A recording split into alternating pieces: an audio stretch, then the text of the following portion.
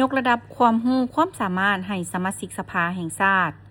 กองประชุมสัมมนาเกี่ยวกับพระบทบาทและหน้าที่ของสภาแห่งชาติให้แก่สมาชิกสภาแห่งชาติสุดที่10ได้จัดขึ้นที่นครหลวงเวียงจันทน์ในระหว่างวันที่25-28 พฤษภาคม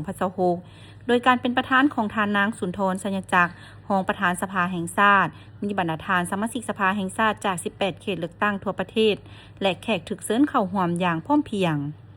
ท่านนางสุนทร สัญจักรได้มีคำเห็นกล่าวเปิดว่า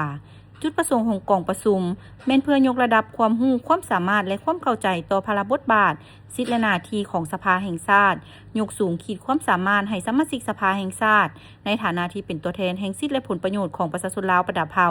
ทั้งเป็นการสร้างเงื่อนไขให้บรรดาทานสมาชิกสภาแห่งชาติได้มีโอกาสแลกเปลี่ยนความคิดความเห็นซึ่งกันและกันตามหัวข้อต่างๆที่คณะรับผิดชอบได้กักเกี่ยมเนื่องจากว่าสมาชิกสภาแห่งชาติสุดที่10เป็นสมาชิกใหม่กว่า80ส่วนห้อยจึงมีความจำเป็นในการฝึกอบรมกองประชุมครั้งนี้มีบรรดาวิทยากรที่เป็นอดีตการนำของสภาแห่งชาติสุดที่9เสี่ยวซานต่างประเทศหลายทานจะได้มาถ่ายทอดความรู้และแลกเปลี่ยนประสบการณ์ในหลายหัวข้อ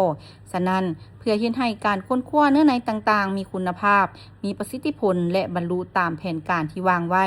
ขอเรียกร้องมายังบรรดาทานที่เข้าร่วมกองประชุมจงยกสูงความรับผิดชอบในการสุ่มใส่ค้นคว้าแลกเปลี่ยนบทเรียนให้รับรู้เข้าใจจะแจ้งและลึกซึ้งเพื่อรับประกันการเฮ็ดหน้าที่การเมืองของตนให้นับมือนับดีขึ้นกว่าเก่าสมกับความไว้วางใจในฐานะเป็นตัวแทนของประชาชนลาวบรรดาเผ่า